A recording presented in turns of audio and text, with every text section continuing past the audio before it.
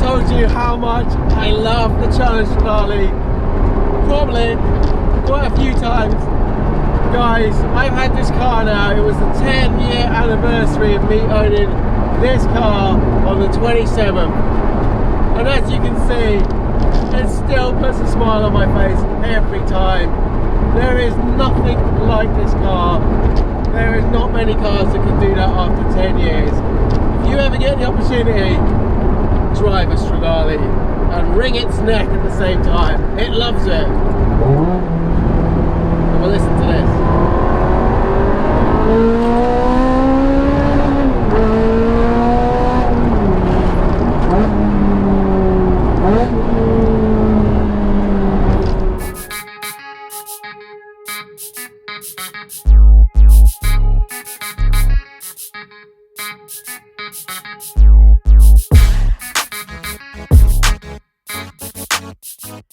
Hey guys, a warm welcome back to the channel. Today we're going to be out there working on the Ferrari 456 project. I also had some really cool news earlier this morning, and it's all relating to the Ferrari 308 project, taking it into phase 2, which is the Euro spec conversion, and possibly doing a colour change. Anyway, if you follow me over on Instagram, you might get a sneak peek as to what's in store. So I'm just running through my daily routine, ordering up parts for the various projects. Got a slight problem, I've just come to pay and I can't find my wallet. Not to worry though, I have a nifty solution. Watch this. Hey Siri, ring my wallet.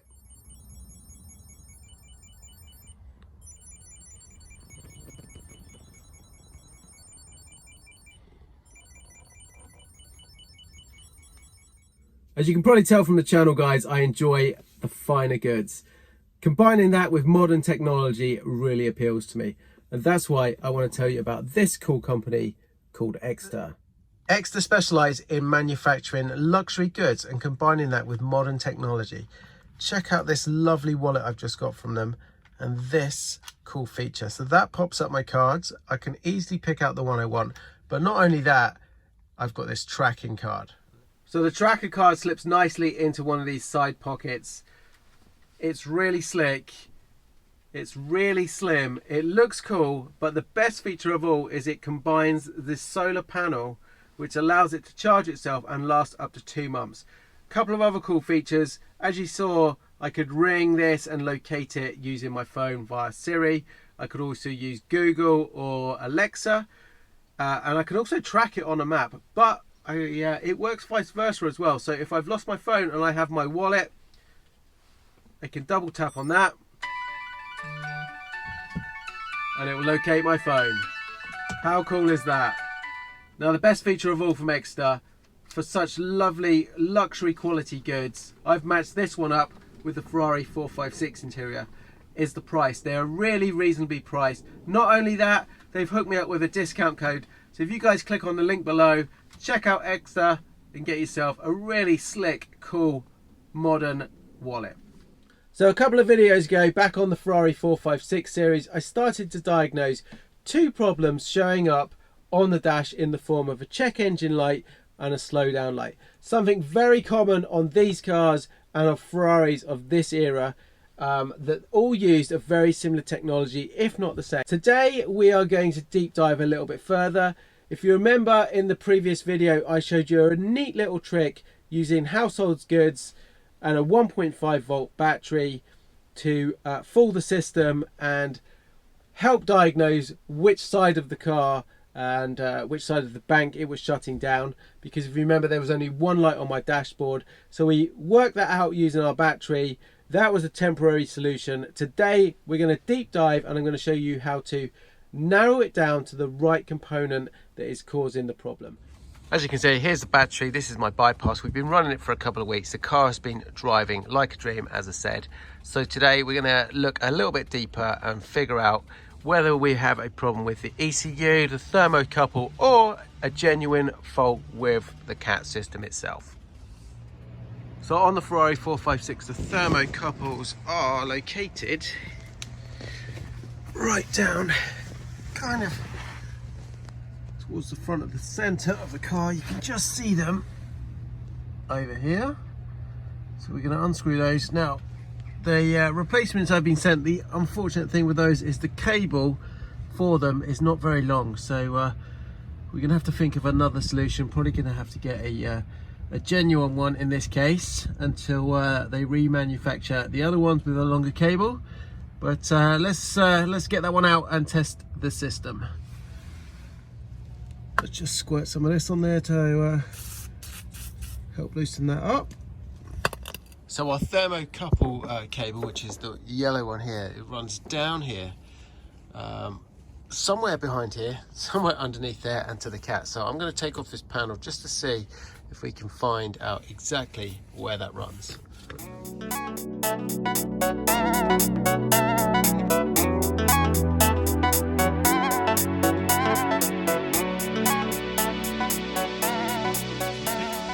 And in typical Ferrari style, that is not simple. There's a tab here, so you have to rotate the panel.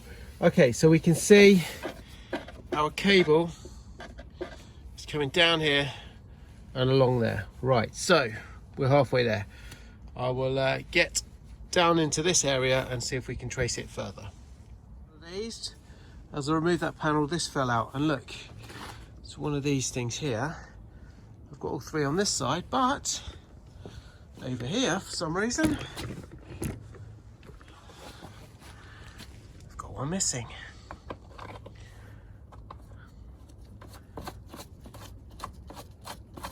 Cool. That's a happy little find. As we can see, it runs down there and then down the back.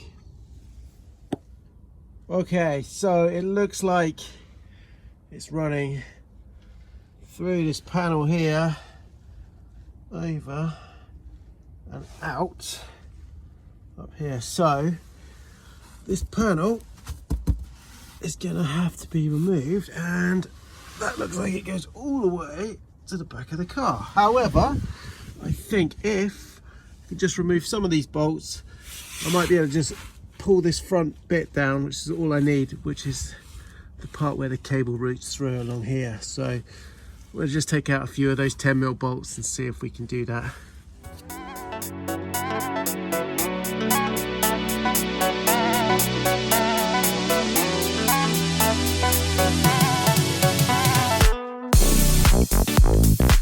So I'm not sure if you can see this, but there's the cable. If I pull the panel down, you can pretty much just route that all the way back now. So that's a success. Now that we have both the cat ECU and the thermocouple out of the car, I'm going to show you how to test them. And this is where the nerdy part of our experiment begins. But before I do that, I want to talk to you first about a company that provides a much better updated solution using modern technology that will hopefully fix these common failure parts on Ferraris, keep our cars running for much longer with less hassle, and not only that, it's a far cheaper solution. Now, as I mentioned, these slow down lights, these CEL lights, cat ECUs, thermocouples are really notoriously common on Ferraris of this era. So not only have I got a problem on the 456, I've also got a sporadic slow down light on the 360. So while I explain this next part of the video, I'm also going to take out all of the panels on this one and remove the cats, and if needs be the thermos, so we can run a test on the 360 at the same time. A company called Technostrada have been kind enough to ship me a couple of their products to test on my car. Now, with the Ferrari designed cat ECU being well over 30 years old now, these were used in models such as the 348, which came out in 1989. The technology within those ECUs is very old. Now, Technostrada have used modern technology, they've used superior components, and they provide a much more stable signal. They use chips that are designed for this purpose and the harsh heated engine environment. So the ECUs they provide are much more modern, and they are much more robust than these common failure ECUs used by Ferrari. Technostrada was started and born because of the frustration of these common failing cat ECUs. So they've started to develop this product a few years ago. They have extensively bench tested it, heat cycle tested it, and have sold a number of these units now. They've also had numerous cars running these and testing these over the past few years, and so far they have had 0 failures. The output mimics the factory parts, and apart from the reliability, the other really great part with these products is the price. To give you an example, let me show you on the screen. So a factory ECU for one of these, as you can see, the CAT ECU here, is over $500. Now the Technostrada upgraded part is just $189. And if I show you again the thermocouple, so they've got a thermocouple. There is no upgraded benefit or anything like that. It's just a generic thermocouple. The only benefit really here is the price, $29 versus, let's see how much Ferrari charged for one of these, $217 for one of those on my 456. So you can see there's a massive price saving difference. Anyway, I will put the link to Technostrada's website in the description below. So log on to those guys and check out all the great stuff that they are doing and providing for us Ferrari owners. In today's Ferrari lesson, Professor Scott is going to teach you very simply how to diagnose correctly those CAT problems that are very common on Ferraris of that era. To do that, we just need some very simple and common garage goods. So let's run through those. First of all, we've got a 12-volt battery, or you need some kind of 12-volt supply. We have got our thermocouple out of the car. We have got the CAT ECU out of the car. You can do this with them in the car, but it's much easier to do it outside. We've got some cutters, some wire crimps here. I've got 3 different coloured wires. I've got blue, red and black. You could do this with just one set of wire as long as you labelled it up correctly. I've got some little end connectors for the wire. I've got a multimeter. I've got a heat gun. And most importantly, all professors need a good cup of tea. Cheers. The first job we're going to do is just identify the connectors on our CAT ECU and label those up. This is the 2-pin for the thermocouple. This is the connector for the loom in the car. We went through this in the previous video, but just to show you, so the connector on the end there was the 12-volt. Middle one over here is ground. We have the 3rd one there, which is the switch, and the 4th one was not used at all. So I've labelled that up, not very well. And next job we're going to do is make up some cables. For this job, I'm going to be using the blue, red and black wire. Black for ground, red for 12-volt supply, and blue for our switch. I'm going to be putting some connectors on the end. This is not ideal. Ideally, I would like some smaller ones. The other very important thing with this, guys, is don't let those wires short together or the connectors when you put them in here. Very important. I'm going to put a bit of electrical tape to stop that happening. If you do that, potentially you can blow this ECU, which kind of defeats the object.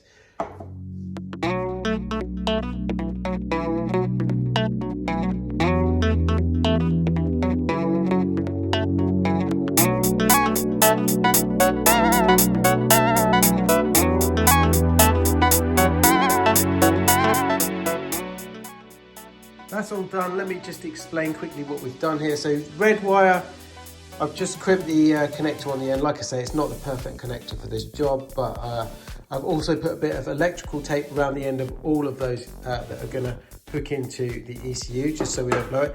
I've put a 5 amp fuse in line because we're connecting directly to the 12-volt battery there.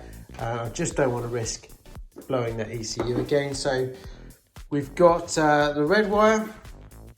I've also put a little point in here on the red and the black wire, just so I can put my multimeter connectors on there and measure. Same, like I say, with the black one, connector in the middle, and the blue wire, just a straight wire with an end connector. Now we're going to use our multimeter. We're going to switch it to volts DC. We're going to run a quick test on our battery. Unfortunately, this one's an old one, so it's probably not going to be full capacity. We want to ideally see 12. I've got 11 at the moment, which hopefully should be enough for my test today. Next, we've got all our wires hooked up into the CAT ECU, protected by electrical tape, so nothing is touching there. We have the thermocouple also plugged in. So the first thing we're going to do is we're going to hook up our ground wire to the negative terminal on the battery. And then again, just making sure nothing can touch, we're going to do the same with our 12 volt supply. I've got the 5 amp fuse in line as well there, so just being really careful. We're going to hook that onto the positive terminal on our battery. Now I'm going to take the black connector on my multimeter and hook it into my ground wire, so I can take a reading there. I'm going to do the same with the red wire and hook that into our 12 volt supply in the midpoint there. So I just gave the battery a quick top up with the charger. It was a little bit low. Hooked everything back up now. We have the multimeter, got the black cable hooked into our ground supply. So we've got that down there. That then feeds into our CAT ECU. Same thing with our red cable. That is coming into our 12 volt supply. So our CAT ECU is now live. We've got our 12 volt supply going to that. So let's run on to the next test. Our current setup is we have the red cable from our multimeter hooked into the blue switch wire for the CAT ECU. No change to the black and the ground. That's all hooked in over here still. Red is still supplying our 12 volt to the CAT ECU, and we have the thermocouple plugged in place. The purpose of this test right now is to actually test the thermocouple. So the one we've got here is a new one that is supplied by a company called Technostrada. So we are going to switch our multimeter on again, and we're hoping to see something like 0.5, exactly what I'm looking for. This is actually coming through the thermocouple, and it's just reading the ambient air temperature. Now, anything beyond that, we are suspecting a faulty thermocouple. Now I'm going to show you why. So that is a good known working one. Now watch this. So with our newly supplied thermocouple, we're reading 0.5. Now I've got my thermocouple plugged in from my 456 here, and check this out. We are reading 5 volts, not 0.5, we are reading 5. So straight away, we can pretty much determine we have a problem with the thermocouple. But we're going to move on to another stage and just run another test just to verify everything. And this is where the fun part of the experiment starts to happen. Okay, so we've got our rig all set up as we had before, so we're testing the thermocouple. What we're going to do is we're going to put the end of the thermocouple as far in to our heat gun without touching the core.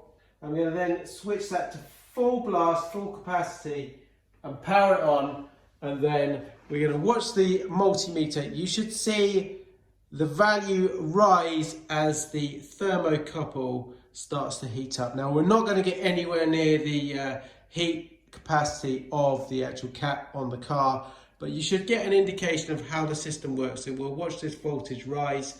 I'll put it on time lapse so you can just watch that and see the experiment happen live.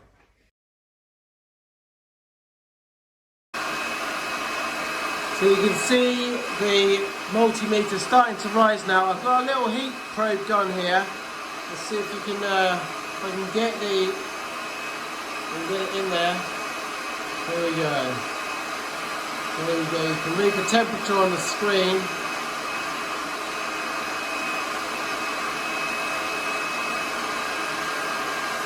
So 0.88. There was 0.52 to start with. Let's see if it goes any higher. Okay, let's turn that off. So 0.88, 0.89 was the highest we got on the good known working thermocouple.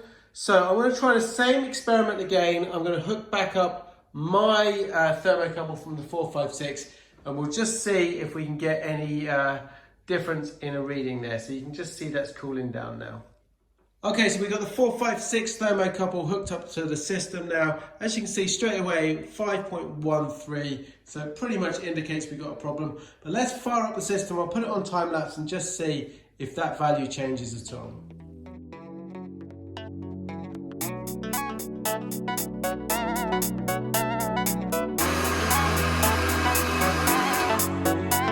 Okay, so as you saw in the time-lapse video, that didn't change at all. So we definitely have a faulty thermocouple. Just for your information, with the heat gun, I measured 250 degrees centigrade at its highest point there. So that gives you an indication of how hot the cats get on these cars. Anyway, let's remove that very carefully. I'm going to let that cool down a little bit. So as you might have seen then, the cable has come out from the end of our thermocouple. I've just measured it again though and split these apart just to see if they were just grounding out on each other. No change at all, so we've definitely really got a faulty system here. So we are going to replace the thermocouple on the car and that will fix it. So hopefully that has given you a good idea of how you can test your components and make sure you order up the right things. So we're out in the 360, I've got the Autostrada ECU plugged in at the back. I'm giving the car a shakedown test, and trust me, in the Challenge Ferrari, with its 20% stiffer titanium springs on the suspension, it really is a shakedown test. Anyway, I'm 25 minutes into the run. I've had no lights on the dash, no slowdown lights, no check engine lights. So it really looks like we have fixed the problem on this car and also the 456. So that's 2 Ferraris in one day. So I'm really, really happy. I'm going to continue in the British sunshine for another 20 minutes, maybe half an hour. I might find myself out for another 2 hours. It's very enjoyable today, especially in this car. Anyway, I want to thank Wayne from Autostrada for providing those parts, allowing me to show you this video.